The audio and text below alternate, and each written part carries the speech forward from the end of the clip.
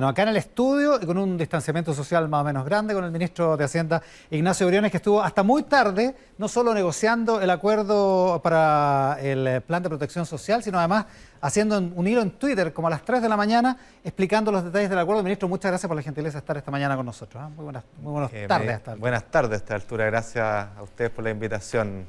A ver, ¿cómo explicar este acuerdo? ¿Qué es lo principal de este acuerdo? Yo creo que hay varias claves principales. Si uno se va al contenido del acuerdo, que este es un acuerdo que es importante precisarlo, es un plan de emergencia por el apoyo a los ingresos de las familias y por la recuperación económica y del empleo. Ese es el marco de lo que estamos discutiendo y en ese contexto hay que entender su importancia, porque de alguna manera lo que hace esto es fijar una hoja de ruta para los próximos 2 años, para atender la emergencia inmediata de la pandemia, los efectos que estamos viendo, no solo en lo sanitario, sino que también en lo económico, en lo social, con el drama que eso significa.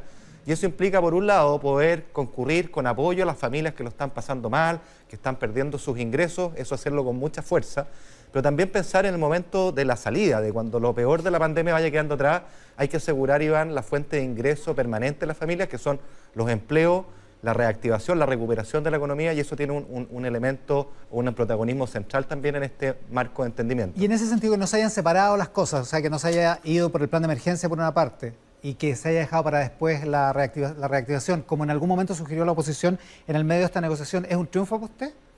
Que yo no hablaría de triunfo. ¿O era muy importante para usted? Mire, acá yo creo que es el segundo punto que yo le quería hacer. Acá no hay que ver este marco de entendimiento, esta negociación, si usted quiere, como una negociación cualquiera, donde hay ganadores y derrotados, vencedores y derrotados. Aquí todos los que estábamos con un profundo sentido republicano, acogiendo el llamado que hiciera el presidente de la República hace 2 semanas atrás, donde invitó abiertamente a quienes quisieran contribuir a construir un acuerdo, un plan de emergencia en torno a 3 ejes. Un marco fiscal robusto, definido, que nos permitiera gastar recursos de forma responsable para los próximos 24 meses, pero también permitiendo una consolidación fiscal, un orden fiscal después. Y quiero volver a este punto más adelante. Segundo, proteger los ingresos de las familias en la emergencia. ¿Cómo apoyamos a las miles de familias que hoy día lo están pasando mal, que sabemos tienen problemas de ingresos, que además tienen que quedarse en su casa, no pueden generar ingresos? Y en tercer término, la recuperación económica. Y nosotros insistimos una y otra vez que estas cuestiones no las podíamos separar, que eran indisociables.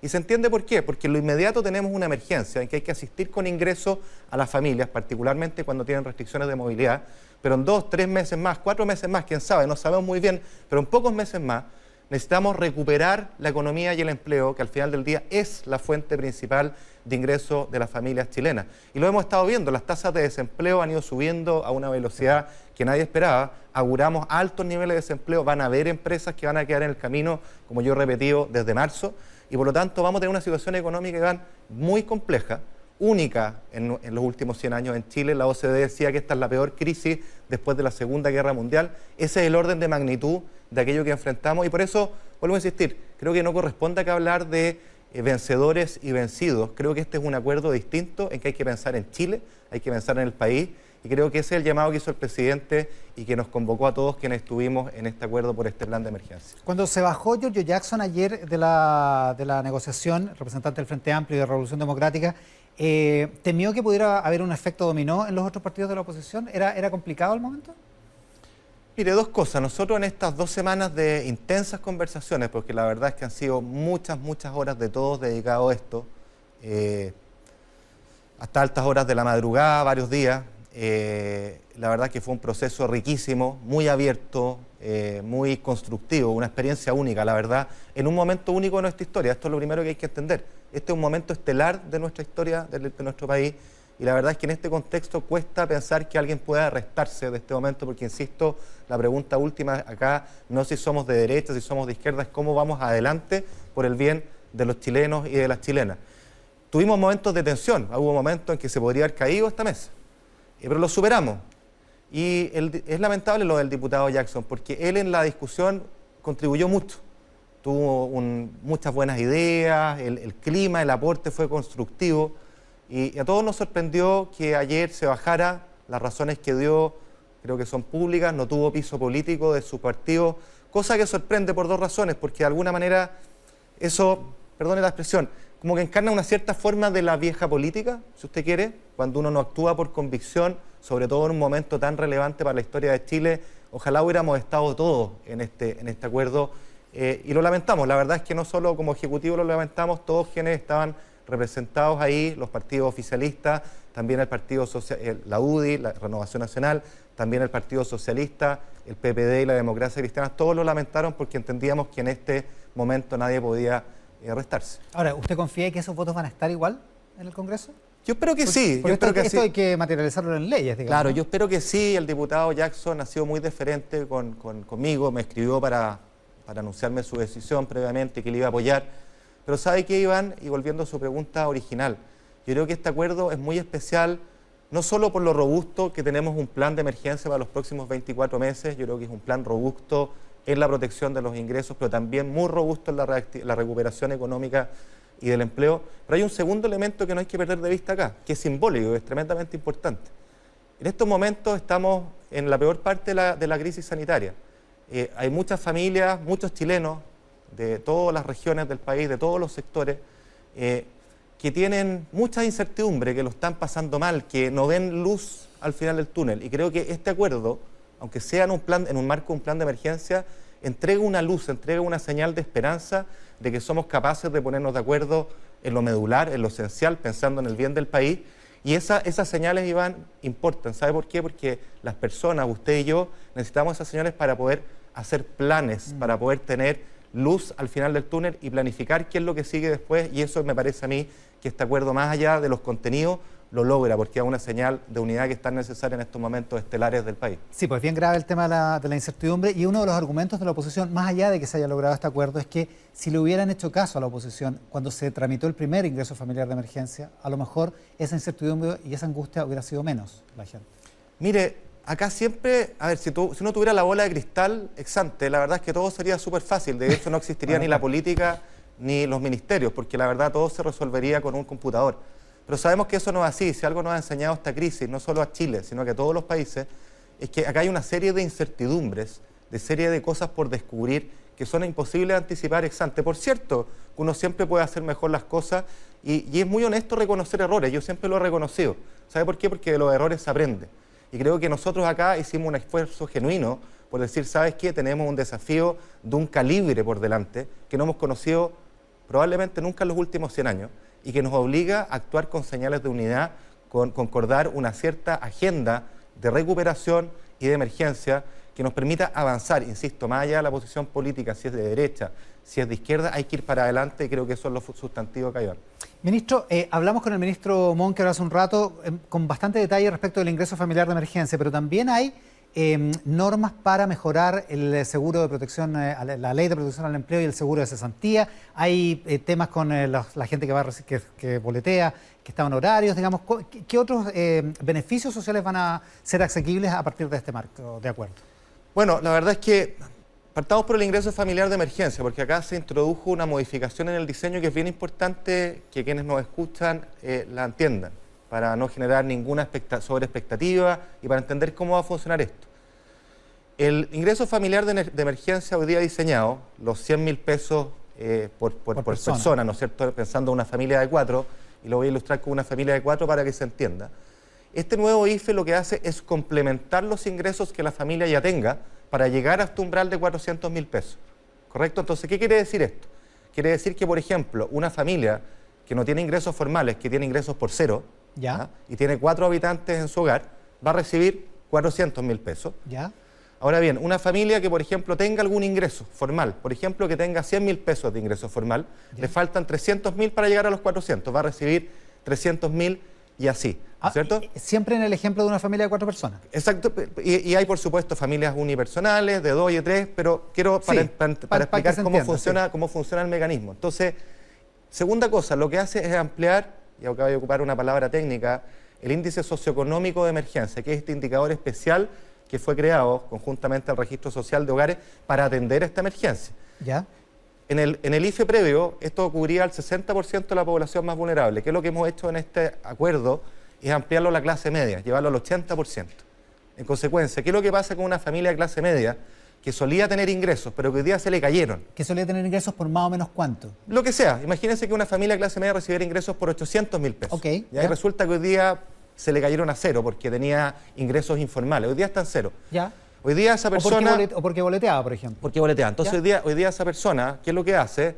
Va al registro social de hogares, tiene la posibilidad de hacer una declaración jurada de que en realidad, mire, ayer yo tenía ingresos y usted lo puede ver en su registro administrativo, pero yo hoy día le manifiesto aquí y ahora... En el computador, no en la notaría. Exactamente, ¿Ya? que mis ingresos están en cero, por lo ¿Ya? tanto esa persona entra y va a recibir, si sus ingresos son cero, 400.000 pesos. Ahora, usted mencionaba las boletas de honorario, y aquí está lo interesante del nuevo diseño, que la verdad es que este diseño permite ser como una suerte de hub, de plataforma, en la cual se cuelgan todos los otros ingresos parciales que pueden estar ocurriendo. Por ejemplo, alguien que está suspendido de contrato de trabajo, tiene una pega formal, está suspendido y, por ejemplo, está recibiendo 225.000 pesos como ingreso por el Fondo Seguro de Cesantía. Bueno, esa persona puede acceder al IFE 2.0, llamémoslo así, ¿Ya? y va a recibir la diferencia para llegar a 400.000 si su familia es de 4. Perfecto. O sea, va a recibir 175.000 pesos. O sea, por estar recibiendo seguro de cesantía no queda fuera de Exactamente. esto, sino que complementa con esto. Exactamente. Lo mismo pasa con alguien que tiene una boleta de honorario. Hoy día tenemos un proyecto en tramitación, ¿ya? Pero, por ejemplo, supongamos que esa persona, producto del proyecto que nosotros estamos tramitando, va a recibir 70.000 pesos como subsidio. ¿Ya? Bueno, si esa persona no tiene otros ingresos, va a ir al IFE y le van a complementar Con la diferencia 330. 330 para llegar a una familia de 4. Entonces, un taxista, por ejemplo, ¿Ya? que tiene algún ingreso formal, pero mucho menos que antes solía ganar 600 lucas, hoy día está recibiendo 100, bueno, va a poder ir al IFE y recibir los 300.000 pesos. Y así funciona, por lo tanto, todos los ingresos O sea, que existen... da lo mismo por donde yo reciba el ingreso, siempre puedo complementar con el Así IFE. es, así Hasta es. 100.000 pesos por persona en cada grupo familiar. Así es. ¿Ya? Y hay otro elemento que es quizá un poquito más técnico, pero ¿qué pasa con personas, por ejemplo, le voy a dar un ejemplo, una familia que tiene 390.000 pesos, una familia de 4, le correspondería recibir 10. ¿Ah? Y bueno, la verdad es que recibir un cheque por 10 puede generar un montón de expectativas, que es lo que se hizo en ese caso, que ninguna familia puede recibir menos de 25.000 pesos por cada miembro de su familia. En Ya. este ejemplo que le estoy dando, tenía 390.000, son 4, va a recibir 25.000 por cada uno, va a recibir 100.000 pesos más, va a quedar con 490. ¿Ok? Ya. Entonces, Y eso- en simple, esto es como un hub en lo cual entran todas las fuentes de ingresos, independiente de las fuentes, si es formal o informal. Acá no hay ninguna discriminación por tipo de ingreso, lo que importa es cuáles son los ingresos efectivos de la familia, y este mecanismo lo que hace es complementarlos para llegar a este umbral que hemos definido. Ya, o sea, el ingreso familiar de emergencia es el epicentro de todo esto. Así es, pasa a Ade- ser el epicentro. Además, ¿se fortalece el seguro de cesantía? Así es, se fortalece el seguro de cesantía por la vía de, en primer lugar, mejorar las tasas de reemplazo.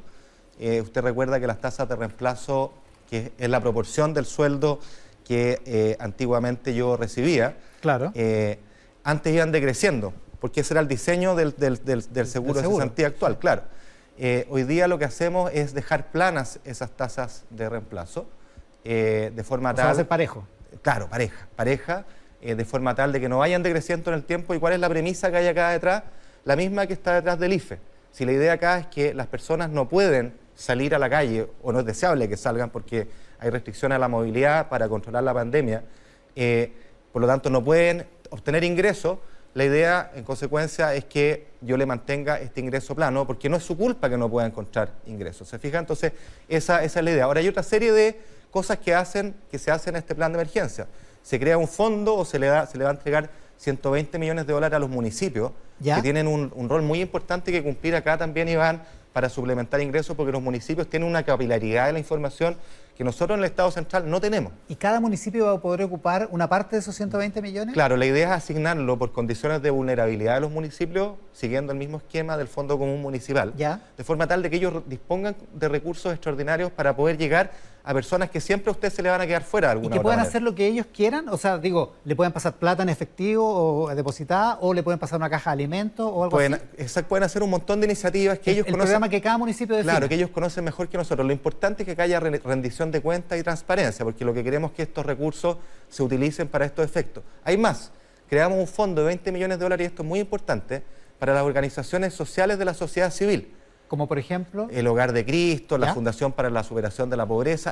Hay múltiples actores de la sociedad civil que son muy importantes. Su acción es complementaria a la del Estado y cumplen un rol esencial, porque llegan a lugares que como Estado no conocemos, cumplen un rol además de mucha confianza desde la ciudadanía para fortalecer la sociedad civil, que es un elemento fundamental, y la verdad es que esas fundaciones, al igual que todas las instituciones en Chile, están pasando por problemas de ingresos, porque se les están cayendo sus donaciones. Sí, pues. Hay que apoyar a esas fundaciones, a esas organizaciones que cumplen un rol fundamental y como gobierno nos las jugamos para impulsar. ¿Y el Hogar de Cristo, fondo, por ejemplo, va a tener que postular a eso? Mire, vamos a definir ahora el mecanismo exacto con el cual vamos a asignar estos recursos. La idea es que sea lo más transparente, competitivo, de cara a las necesidades que cada cual tiene, pero lo importante es que acá va a haber recursos para apuntalar a estas organizaciones tan importantes de la sociedad civil, no solo por el rol que cumplen en la emergencia, sino que también porque son un sostén fundamental de nuestra democracia. Todo esto, ministro, vale para junio y julio. La gente que ya está recibiendo el ingreso familiar de emergencia, a propósito, va a ver de inmediato aumentado el ingreso, ¿no? Así es, nosotros tenemos que ir por un proyecto de ley que vamos a ingresar con discusión inmediata esta semana, de forma tal de que esto se active inmediatamente para el IFE de junio y de julio. Quedó establecido extenderlo hasta agosto también. Pero en agosto tiene un decrecimiento. Si puede tenerlo. La verdad es que hay una opción que esté entre 80 y 100%, va a depender de la situación sanitaria. Y acá hay una cosa interesante, Iván, si me permite volver un poquito al marco general de este acuerdo. Este acuerdo tiene una cosa muy notable. Primero en lo fiscal, como yo le decía, acá se raya la cancha de qué es lo que vamos a hacer en lo fiscal. Se crea este fondo de 12.000 millones, que vamos a gastar hasta 12.000 millones de dólares en los próximos 24 meses, pero al mismo tiempo se hace una cosa notable, que es que se fijó el presupuesto para el año 2021. O sea, nosotros anticipamos la discusión presupuestaria, que siempre es tan difícil, ¿no?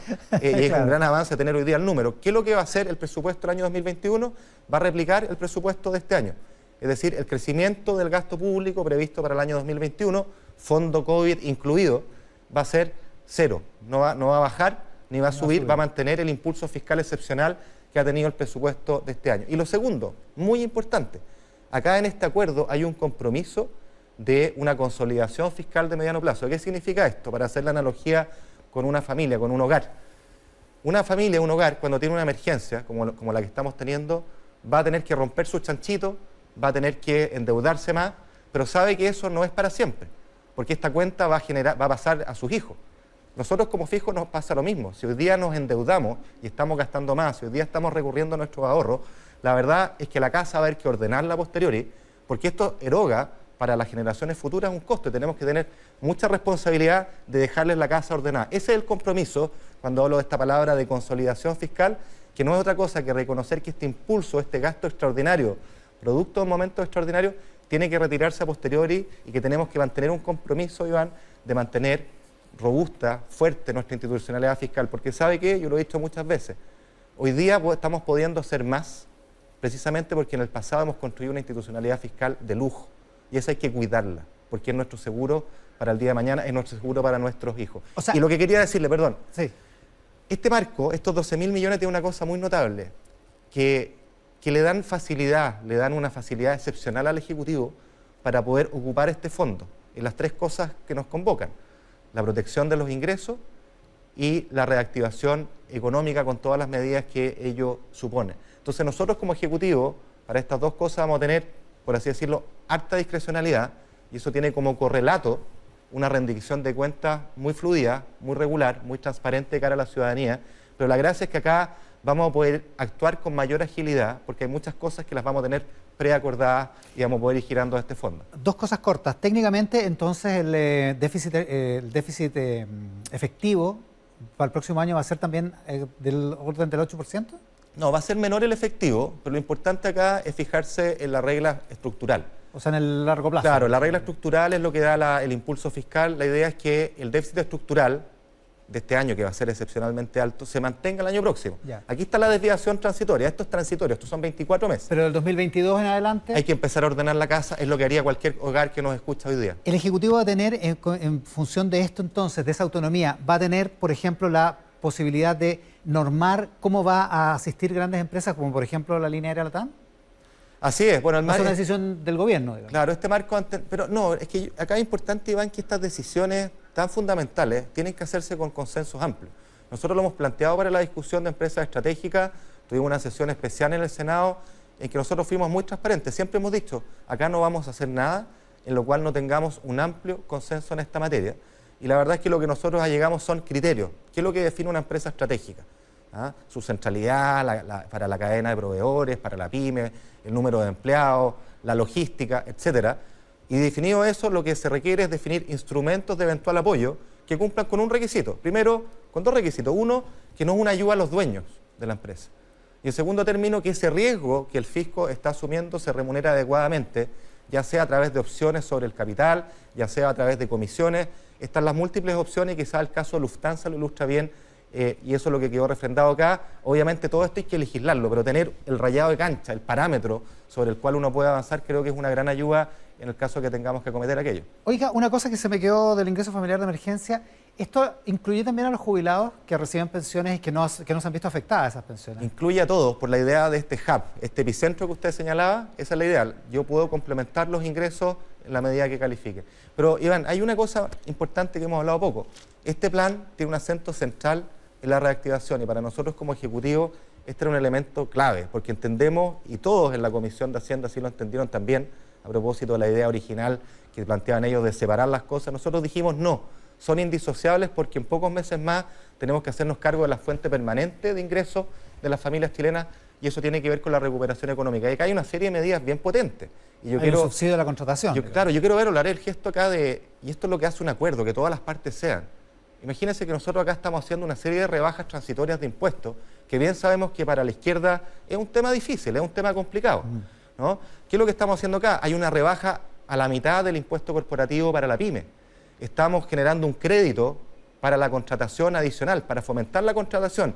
En cualquier empresa, pequeña, mediana, también grande, por supuesto, le estamos diciendo, ¿sabe qué? Si usted contrata a un empleado adicional a su nómina, va a tener un crédito fiscal, le estoy dando un subsidio. Para descontar los impuestos, claro, para descontar los impuestos. Estamos generando depreciación instantánea por el 100% del activo que se invierta de aquí a fines de 2022. Esta es una señal potente en pro de la inversión. El 1% regional que tenían que pagar los proyectos de inversión, que era un impuesto extra que queda en regiones, estamos diciendo, ¿sabe qué? Queremos fomentar la inversión regional, ese 1% no lo va a pagar la empresa, lo va a pagar el fisco.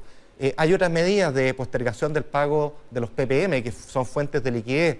Que se siguen, se extiende. Se extiende. Y así una serie de medidas, y en otro ámbito, Iván, cosas que parecían tabú ayer, que es importante notarlo. Acá hay un acuerdo para generar medidas de adaptabilidad en términos de los horarios, que nuestra regulación se adapte, al menos extraordinariamente por este periodo, a adaptar horarios y adaptar funciones en las empresas, porque lo vamos a necesitar para estos 2 años donde vamos a tener que trabajar de forma distinta. También está en el acuerdo la simplificación regulatoria para las pymes. Fíjense qué importante esto, el emprendimiento. Usted cuando hoy día es una pyme, y quienes me escuchan lo saben, para poder partir, para empezar a funcionar, usted tiene que haber reunido todos los permisos que son necesarios, una larga lista. ¿Qué es lo que le estamos diciendo hoy día? ¿Sabes qué? Usted va a poder partir con los 1, 2, 3 permisos esenciales y le voy a dar un plazo de 1 año para que me junten los otros, pero en ese año usted ya puede empezar a funcionar. Claro. Ministro, se nos acaba el tiempo. Una última cosa. Hay mucha gente de la derecha que está indignada con la salida del ministro Jaime Mañalich, entre otras cosas porque dicen que el gobierno cedió a una presión de la oposición. ¿Fue la salida del ministro Mañalich un requisito para firmar este acuerdo? No, yo lo digo firme y claro. No fue así, no tuvo nada que ver. La verdad es que llegó entre medio, a todos nos sorprendió. Y como lo ha dicho el propio ministro Mañalich, él renuncia voluntariamente. Esta es una conversación que él venía sosteniendo con el presidente hace varias semanas. Él estaba cansado, ha hecho una labor realmente muy admirable, con la generosidad, la entrega, las horas que le ha dedicado. ¿Nunca se lo plantearon como condición? Nunca, lo desmiento enfáticamente. Esos son solo especulaciones, rumores, y creo que la verdad oficial es lo que le estoy diciendo. Las conversaciones que él había tenido, estaba cansado, y como él mismo expresó, ante la evidencia, ante el ciclo actual de la pandemia, él dijo, es hora de que lleguen otros liderazgos a esta conducción, y con un sentido republicano profundo, que solo cabe saludar, el propio ministro decidió dar un paso al costado. Así que lo desmiento categóricamente, Iván. Ministro, muchísimas gracias por la gentileza de venir hasta acá. Sé que tuvo una noche muy agitada. Muy larga. Varias. Gracias. Bueno, estoy felizmente agotado, digámoslo así. Muy bien, muchas gracias.